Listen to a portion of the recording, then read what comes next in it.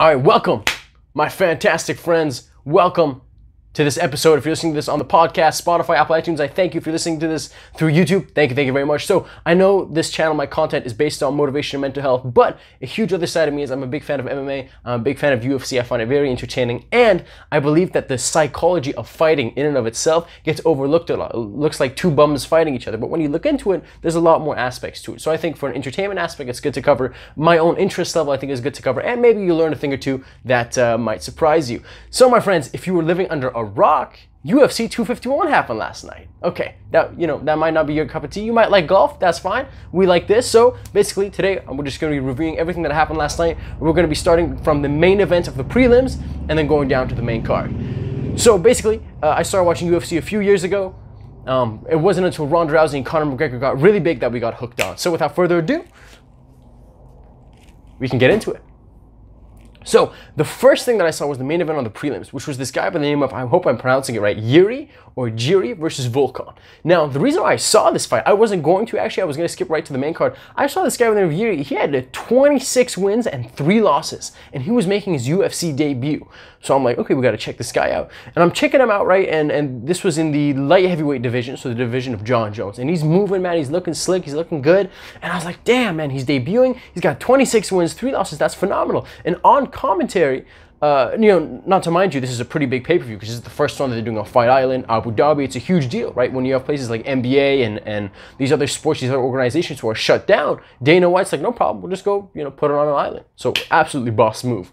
Anyways, Michael Bisping says, yeah, this guy Giri apparently was offered a UFC contract many years ago, and he turned it down. He said, hey, when I show up to the UFC, I don't just want to win one, lose one, win one, lose one. I want to dominate. So I'm going to turn it down and I'll come back later. It reminded me a little bit of Israel Adesanya. Israel Adesanya, when he started fighting, if I'm recalling correctly, from the very beginning, he wanted to go to the UFC.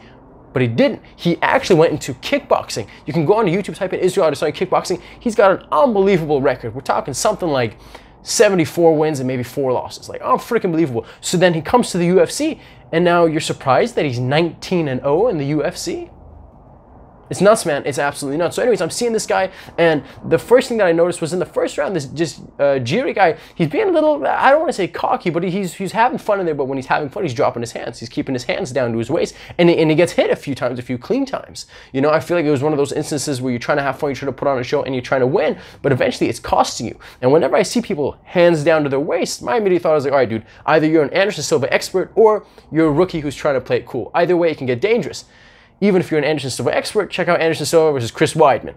That didn't go too well when you have your hands too low. Giri knocks out Volkov 49 seconds into the second round. It was a very nice knockout. If you're for that stuff, go check it out. The thing that's interesting was Giri actually threw less strikes. He had a total of 33 strikes while Volkov had 44 strikes. Overall, whenever I see a big, tall guy who moves really well in the lightweight division, I get super excited because I feel like it's an awesome opponent for Jon Jones. Jon Jones usually has the reach advantage, usually has the height advantage, so it's interesting to see someone of that kind of caliber going up into that. So then we move into the main card. In the main card, we have Paige Van Zant versus Amanda Ribas. So originally, I haven't seen too much of either of these ladies, so this was kind of my first exposure to both of them. Unfortunately, or fortunately for Amanda, it was a pretty quick one. They got into it. I think there were barely any strikes thrown, less than 20 between them. It goes down to the ground. It's a scramble. Amanda beautifully transitions really, really well into an armbar. We get the tap. I was kind of worried a little bit for Paige there because there's a position where Paige's hand is just in a location where the ref is on the other side of their body. So when she's tapping, the ref doesn't see. He has to run around. And I'm going like, Jesus, man, because you can see an arm snap. And your hope is that the ref sees the tap and he comes in. Anyways, all went well. And unfortunately for Miss Paige Van Zant, this was her last fight. This was her last contract with the UFC. So it's going to be interesting to see if they let her go or, what the deal and situation is for her. So not too much to say about that. Then we have these two absolute gangsters in Jessica Andrade and Rose Namajunas. These ladies went to war. My goodness. Now, I'm a huge Rose fan, and I had seen their last fight where Jessica drops Rose on her head, and I was like, man, this is crazy. I can't wait to see them go at it again. And Rose looked good. Rose looked really good, especially in rounds 1 and 2. She looked phenomenal. She was moving well. She was sticking the jab. She was really using her, her range to her advantage. And Jessica, right, would come in, try to close the distance. Lots of head movement, lots of agility. They were both coming and beating each other, tearing each other up. At the end, the total strikes thrown for Rose, it was 82 to 79, so it was close. It was, yeah, man. It was a lot of shots. It was a lot of output.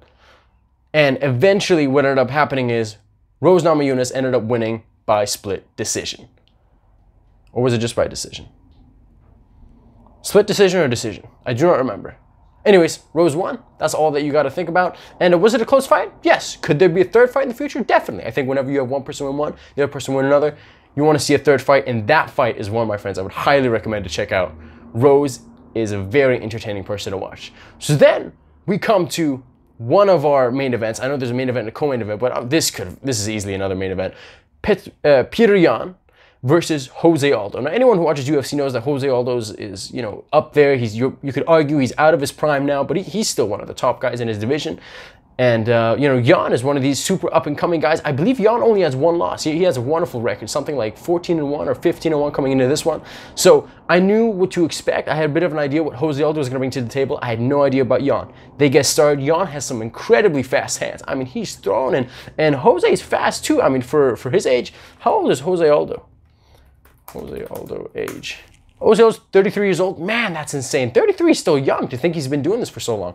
Anyways, they're both in there and they're so quick. But then, you know, there's a part, I believe it was the end of round one, where Yan ends up on top of him, does a little bit of ground and pound. And then you start to see, you know, little by little, he gets the better of him. He gets a better shot here, a better shot there, a little bit quicker here, a little bit smoother combination there. And I think, you know, Yan just had... his strikes were just, I don't know if they were just quicker or better accuracy, maybe a combination of the both, but the stat streak, the total strikes, Yan has 258, landing 69% of 376 total strikes thrown to Jose Aldo's 83. So even though when you looked at the fight, like that's a crazy stat, 258 strikes to 83 strikes, like that's insane. But, you know, when you see the fight, it looked like they were moving well, but it just kept going Yan's way. It just kept going Yan's way. Unfortunately, the biggest piece from this, in my opinion, is not just how good Yan was, but it was the finish. If you guys saw the finish, you'll notice that, in my mind, man, the way that I understood the rules of the UFC, and correct me if I'm wrong, it was when you have a person who's down or whatever, right? You can do knockout, TKO, or submission. With respect to TKO, you hit someone to the point where they can't defend themselves anymore. So people have argued, oh, if he's moving, if he's fighting for position, that's a different story. But if you have someone who's just covering up and he's just taking shot after shot after shot, it was 3 unanswered shots. 3 unanswered shots. You wipe your hands and you walk your way. Now, Jose Aldo, he's getting punched once, twice, 3 times, 4. He gets 6 or 7 shots and he's just staying there. And I remember thinking like step in, step in. I shouted at the TV. I was like, step in. It's done. It's done. It's done. The ref doesn't step in and he keeps punching him. And just, I mean, to make it a little bit kind of gray, you see Jose Aldo moving. Now he's not trying to grab or anything. He's just moving around his position on the ground, but he's still getting beat up. And man, how many unanswered shots? I'm trying to think. Maybe, let's see, does it say? Distance, clinch, 86 times he was hit on the ground. 86 significant strikes, mind you. So there were ones that landed clean, not you know, the ones that just barely touch you. 86 times hit cleanly on the ground. You know, Yan really just had his way with him. Again, Jose Aldo looked good, but Yan is rightfully, he deserves to be in that spot. I think he proved it tonight. I think he won a lot of fans over. He won me over as a fan. And yeah, man, it was just that stoppage. A lot of people on Twitter were like, dude, what the hell? You know, why don't you step in earlier? And I think the ref had this fear of like, oh, I don't want to stop it too early. But the worst case is, man, you step in too late and someone gets seriously hurt. Overall, phenomenal fight. Petr Yan and Jose Aldo, great. Late stoppage, that sucked, but it is what it is. And by the way, that did finish in round 5, and it was a TKO. So now we get to the co-main event. The co-main event was Alexander Volkanovski versus Max Holloway. Now, I don't know if you guys have seen the first fight. It was a very fun fight. It was very competitive. I would argue, like many people would also argue, that Alexander won that fight. He won that fight convincingly. I'm hesitating on saying dominated because dominated, you think he whooped him through the entire fight. When in reality, I think they were neck and neck and Alex was just one step ahead. His strikes were just a little bit stronger. He was a little bit faster. He was connecting a little bit more. His leg kicks were tearing up Holloway so he couldn't move that way. I think he was one ahead. Now, in this fight, actually what happened was it went all 5 rounds. These men fought for 25 minutes and the decision went to Alex. Alex ended up retaining his title. My own personal belief was that Holloway won this fight. I thought Holloway did enough to win it back. Now, I thought Alex fought really, really well. You know, he was doing those same leg kicks that he did earlier. I think Max was doing a really good job with the combinations, really good job with his jab. Again, using his reach, using his height and everything that has for him. Just to read you guys a couple of stats. It was 139 total strikes landed for Alex as opposed to 111 for Mr. Max Holloway. 3 takedowns secured by Alex. Now, here's the thing that can be a little bit deceiving, right? You'll hear, oh, you know, he landed 3 takedowns. And you say, well, Dan, that's great. How many did Max land? 0. But then if I tell you he tried to take Max down 6 other times, but he failed. So I can say Alex landed 3 takedowns. I can also say Max defended 6 takedowns. I can tell you also, let's say out of those 2 takedowns, Max immediately got back up. So what is a takedown worth really? You know, what if you take him down, you don't do any damage, and he pops right back up? Like, what is that? How much is that worth? You know, I feel like that's when you get into the gray areas of MMA, of the sport. Kind of an interesting stat for people who are wanting significant strikes to different parts of the body. Alex hit Max in the face or in the head 64 times, and he hit him in the leg 67 times in that 25 minutes. Gee, like, good God, that is a lot amount of strikes. You almost think I'm making that up. Like, it's insane. But again, just a very interesting fight, a very entertaining fight, a very close fight. You know, I wouldn't call it a robbery if you said that Alex won, but I really thought, man, Holloway came away with rounds, I'm trying to remember now, it gets murky, with rounds 1 and 2. I believed Alex had round 4. Man, I believe round 3 was super close, but I would have still given it to Holloway. I would have given it to Holloway 3-2. Some people gave it to Alex 2-2. Obviously, the judges gave it away to Alex, so, you know, whatever. It is what it is. It is what it is. Phenomenal fight, phenomenal fighters. And that brings us to the main event, ladies and gentlemen, what we are here for, Kamaru Usman versus Jorge Masvidal. So the big hype about this was, what was it, 7 days ago? It was supposed to be Kamaru Usman versus Gilbert Burns. Gilbert Burns was a prospect, great rising star. No disrespect, no one really knows him, right? To be fair, I wouldn't have really known him if I wasn't like an MMA geek. So then Jorge Masvidal steps in. And you gotta understand, this is one of the hottest guys in the UFC right now, right? Everything just, like, opportunities were given to him and he knocked them out of the park. Knocked out Darren Till. Fastest knockout with Ben Askren. He had a title essentially made for him and Diaz, and he finished Nate Diaz, or he didn't finish him, but he whooped him for 3 rounds, right? Can we say that? So he's on top of the world. He steps in against Usman on a 6 days notice, and I don't know if there was anyone who really expected Masvidal to dominate. In my mind, I was like, this is either going to be a close one, or Usman is probably going to like ragdoll him. Both of these guys were talking a lot of trash. One thing I don't know how I feel about Usman is, in one sense, he'll come out and be like, oh, I don't believe in trash talking. I don't like trash talking. And then he'll talk a boatload of trash. Like, this guy's not in my league. I'm going to take him down whenever I want. He can't hold a candle to me. I was like, dude, I don't have any problem with trash talking in terms of promoting a fight. But it's like, if you're going to trash talk, own it. Conor McGregor style. Like, you trash talk until, you know, the cows come home. But if you don't want to trash talk, man, don't trash talk. Take the GSP route. Take the Anderson Silva route. Don't play the in-between. Don't do the John Jones where you want to be the good citizen, the good role model, but then you test positive for cocaine. You know, like, just pick one, man. If you want to be the bad guy, be the bad guy. Do your thing. Anyways, man, this fight starts. I was super excited. So, in Usman, you have a guy who's an amazing wrestler, right? Huge championship caliber wrestler. Jorge Masvidal can wrestle. He's a solid wrestler too, but he's known for his boxing. His boxing is very clean. As soon as the fight started, my mind was like, okay, is Usman going to shoot immediately? Or how confident does he feel in the stand-up? And actually, Usman stood there for a while. Jorge's hitting him with kicks. Eventually, he catches a kick. They go down. And I think this is such a pivotal moment because Masvidal gets back up without taking too much damage on the ground. From a psychology aspect, if you're a wrestler and you take someone down and they pop off like that, you're thinking, okay, like that has to do something to your confidence and to your self-esteem levels. And I believe it was before round 2 or before round 1. Out of the 6 takedown attempts, Jorge Masvidal defended 5 of them. 5 of them, I believe, it was before round 2, before round 3, and then Usman just started taking him down at will later on because he's getting tired, he's getting fatigued. Overall, it's the first round I thought was very, very close, and then in rounds 2, 3, and 4, and even 5, what you saw Usman doing was a lot of pinning him against the cage. And when he's pinning him against the cage, he's stomping on the toes, he's punching him in the thigh, he's shouldering him in the chin, he's punching him in the gut. Now, to a lot of people, it can be looked like hugging. It can be looked like, you know, a boring way to win, if you will. But at the end of the day, man, it's like, you know, it's tough because you want to entertain the fans, but you also want to win, right? You want to do both. And it's, you know, you want to go out there and do the spinning heel kicks and be fancy and this and that. But at the end of the day, man, you want to bring money home. You want to be able to pay rent and pay for the groceries, so you got to get that W. You know, and was it super entertaining, man? To be honest with you, probably not. You know, maybe if you know a little bit of grappling, you could get some more out of it because you understand how he's leaning his body on him and you can see the little things that are going on.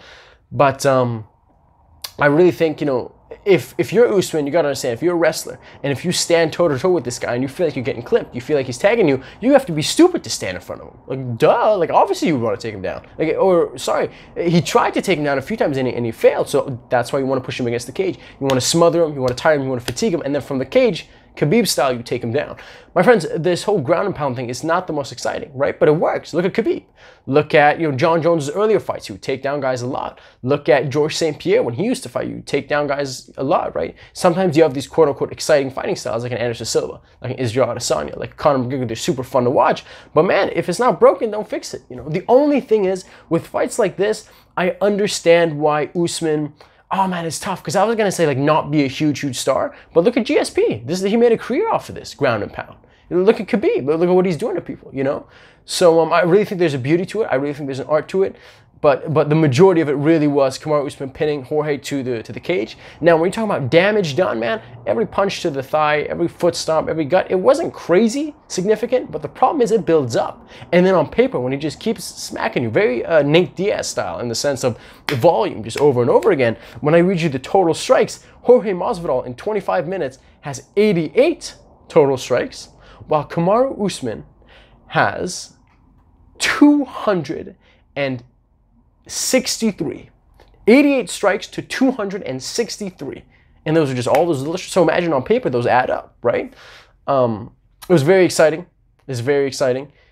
It's, and when I say exciting, I just mean it was exciting because you have these two amazing superstars in there together. But the moment I think in the second round or the third round when he pinned him against the cage, immediately I went, okay, this is working well. Usman's going to do this for the rest of the round. I was kind of expecting that. So if you're casual and you were, looking to get a crazy cool knockout on this, I totally get why you think it's a boring fight and he just hugged him for 25 minutes. Hey man, I get it. It is what it is. But from a person who, if you take a step back, you understand the psychology, you understand, well, you're a wrestler. When you stand with Jorge, he might knock you out. You better take him down. Bring him into your world. Make him uncomfortable. It made sense to me. It made total sense. It'd be weird if he didn't, to be honest with you.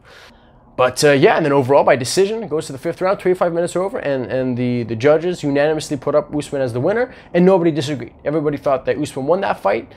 And we can't wait to run it back. Now the question comes, what happens? Well, what happens after UFC 251? What happens to all these cool guys, right? What do we do? I think Jorge's got so many other matchups he can do. He can do the Diaz fight again if he wanted to. He could fight a young gentleman by the name of Leon Edwards, who's an up-and-coming prospect. He can go and fight Colby Covington. So super exciting stuff. And, the big thing with this stuff is you never know, man. You never know who's going to step in last minute. You never know what kind of fights you're going to see. You never know what kind of finishes you're going to see. And really, it is just so fascinating seeing these high-level athletes, these world-class fighters who are being paid, I don't know who said this, but they're being paid to separate you from your consciousness. And they're doing moves that you can't do without years and years of training. And they're in there, and the deception and the fakes and the different pace that they put on you, it is very fascinating from an entertainment standpoint, and I would argue from an educational psychology standpoint. Hey, my friends, I hope you enjoyed. This has been UFC 251 review and recap, where yours truly, Daniel Teaches. Have an absolutely sensational day, and maybe we'll do this again in the future. Take care.